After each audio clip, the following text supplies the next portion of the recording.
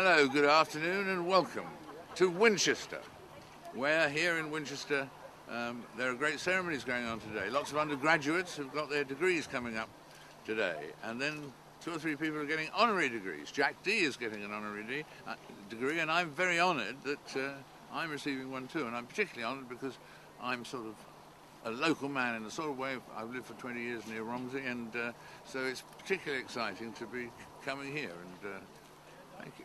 There's a lot of journalism students at Winchester University. Do you have any advice to pass on to them, perhaps to follow in your footsteps?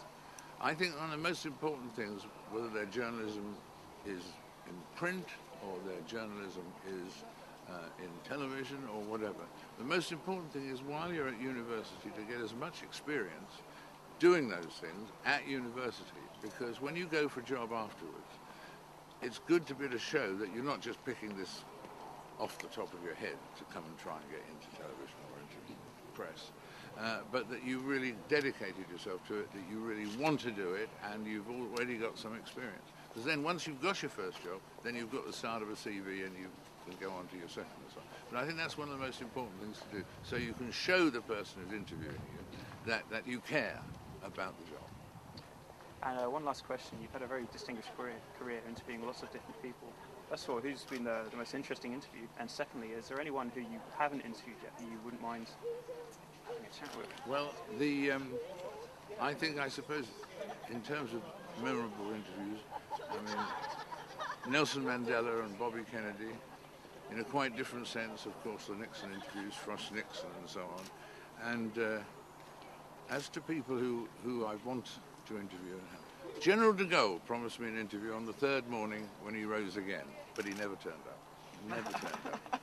And one person, oddly enough, I would really be unlikely thought perhaps, but Dennis Thatcher was a great character. Never gave an interview in his life and so on, but very funny. And I remember going to dinner with him one night, and he said, well, he was mad on golf, you know, and he said, well, at least I hit 2 good balls today. I trod on a rake.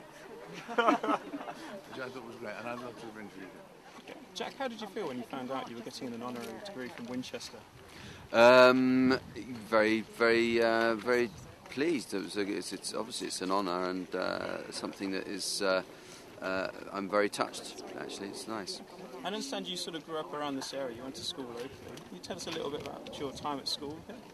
I wasn't a very good student. I wasn't a very promising student, and I didn't understand studying. And it's a strange thing because ever since then I've worked very, very hard. I'm very motivated and focused now. But I just didn't get it when I was younger. And how about your time at Peter Symonds? Had a very happy time there, which I enjoyed. I don't think that they have perhaps any great records of me achieving huge things there for them in terms of A-levels, but I did have a very constructive time in other ways. Okay. And what about Winchester in general? Do you like the city? Yeah, I don't know it as well as I used to, obviously, but you know, it's always lovely, and it's a fantastic cathedral. And whenever I travel around anywhere, and I travel a lot in Britain, and I always go into the cathedral wherever. I was in York Minster the other day, and it always reminds me of Winchester Cathedral. And I've there's a bit in my book about it that it's very close to my heart. Winchester Cathedral. It's always been kind of central to everything I did. Okay. And how do you feel about sharing the ceremony with David Frost today?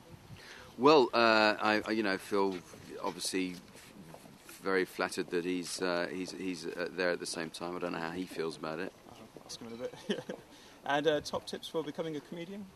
Tips for becoming a comedian: just get in front of an audience and keep doing that. That's really what it's about.